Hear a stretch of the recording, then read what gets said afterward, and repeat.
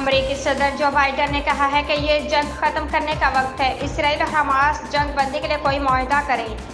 White house से जारी बयान के मुताबिक अमेरिकी सदर ने कहा कि इसराइल ने जंग बंदी के लिए जामे नई तजवीज़ पेश की है। इसराइल ने जंग बंदी की नई तजवीज़ कतर के जरिए हमास तक पहुंचाई है। अगर जंग बंदी होती है तो ये इसराइली शहरियों और फ़लस्तीनियों के मुस्तकबिल के लिए बेहतर होगी। इस्लामाबाद सुप्रीम कोर्ट ने सन इत्तेहाद कौंसिल की मखसूस नशिस्तों पर अपीलों की समाअत के लिए 13 रुकनी फुल कोर्ट तश्कील दे दिया, जो 3 जून को समाअत करेगा। तफसीलात के मुताबिक सन इत्तेहाद कौंसिल की मखसूस नशिस्तों से मुतल्लिक केस समाअत के लिए मुकर्रर कर दिया गया। सुप्रीम कोर्ट का 13 रुकनी फुल कोर्ट 3 जून को समाअत करेगा।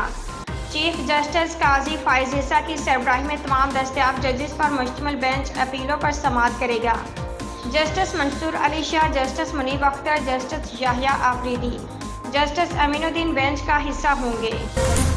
बीजिंग चीन ने वज़ीर आज़म शहबाज शरीफ के सरकारी दौरे से कबल पाकिस्तान के साथ दोस्ती को माउंट ताई से तशबीह दे दी। माउंट ताई चीन के 5 मुक़द्दस पहाड़ों में से एक है, जिसे मज़हब में एक कलीदी अहमियत हासिल है। माउंट ताई चीन के सूबे शाओलिंग का सबसे ऊंचा मुकाम है। वज़ीर आज़म शहबाज शरीफ के दौरे से कबल चीनी दफ्तर ख़ारजा की जानिब से अहम बयान सामने आया, जिसमें तर्जुमान ने कहा कि वज़ीर आज़म पाकिस्तान 4 से 8 जून तक चीन का दौरा करेंगे।